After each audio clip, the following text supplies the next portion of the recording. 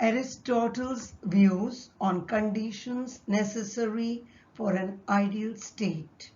According to Aristotle, there are certain conditions necessary for an ideal state which are as follows. First, population. Aristotle was of the view that the population of the state must be neither too large nor too small. It should be manageable and self-sufficient. Aristotle did not prescribe the ideal maximum or minimum number, but held the opinion that the quality of the people matters rather than the quantity. According to Aristotle, in case of an overpopulated state, it would be difficult to identify foreigners who may take advantage of the situation and try to acquire the rights of citizens. Hence, the size of the population must be one which suffices for the purpose of life. Aristotle believed that the population of the state must be regulated through birth rate. According to Aristotle, marriageable age for women is 18 and for men it is 37. He also suggested that after a father reaches 50 years, procreation should be stopped. He was not in favor of infant mortality to check population growth, but approved prevention of growth of deformed children. According to Aristotle, restrictions are important because excessive population leads to economic ruin, civic disagreement, and increases wrongdoings. Second,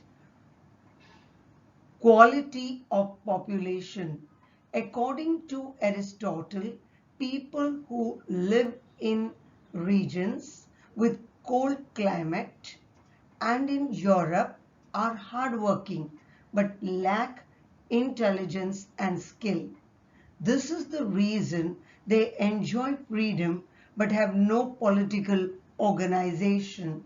On the other hand, Asians are intelligent but lack spirit, and hence they are under foreign rule. But the best is the Hellenic race, which is high-spirited, skilled, intelligent, and civilized, which induces freedom and political development. Third, territory.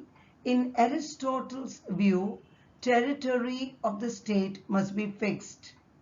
The territory should enable the citizens to live a free and leisured life, combining temperance and liberality, and at the same time, in order for citizens to defend, plan, and interact with their neighbors. They must be able to take it in a single view.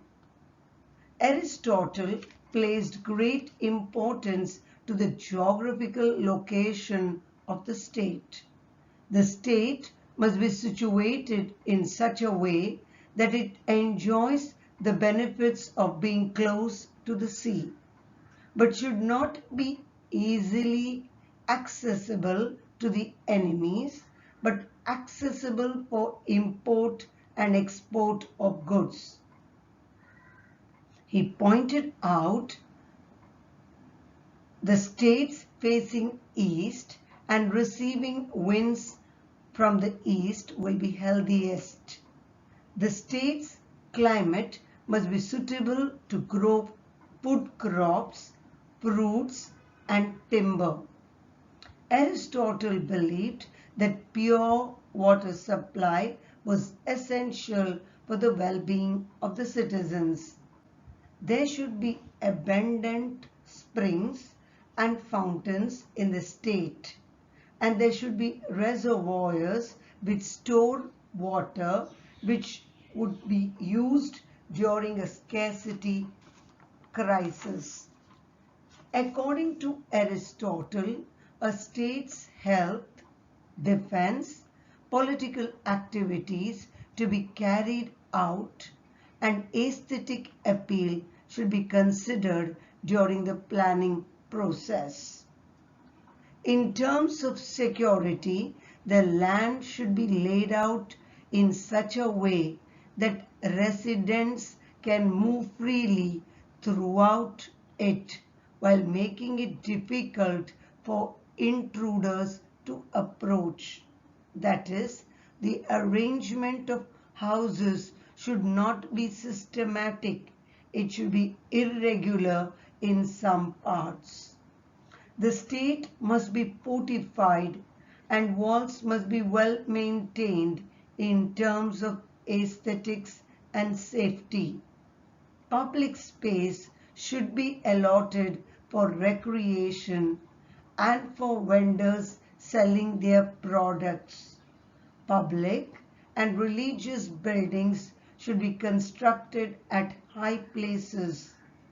There should be ample space for the stay of priests and magistrates. A separate place for stay should be allotted for slaves. Fourth, classes in the state.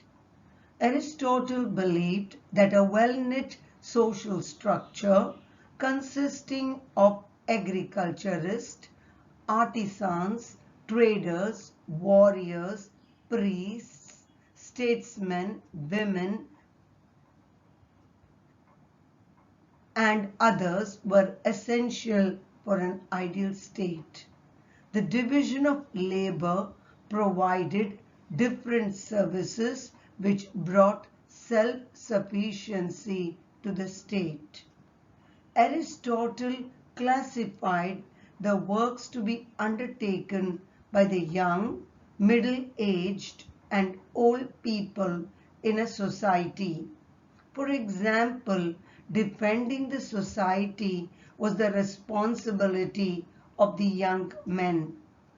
Political deliberation was the responsibility of the middle-aged, and public worship to the old and aged. Property, trade, and land ownership to the entire body of full citizens. The classification provided leisure in one's life at some time or the other, and provided a chance to interact with the other three classes. As a result, the state was able to attain the greatest happiness. Fifth, education. According to Aristotle, state-sponsored and state-controlled system of uniform, compulsory, and public education was necessary to cultivate moral, intellectual, and physical excellence in an individual, which will enable them to perform their civic functions. Sixth, property. Aristotle attached a lot of importance to possession of property, because without property one cannot cultivate values and virtues as hospitality and generosity. Due to lack of property, they would be worried for their subsistence and will not have the leisure to actively participate in the political process of the state. The citizens can own two plots, one close to the city and the other outside it. The land must be farmed by slaves.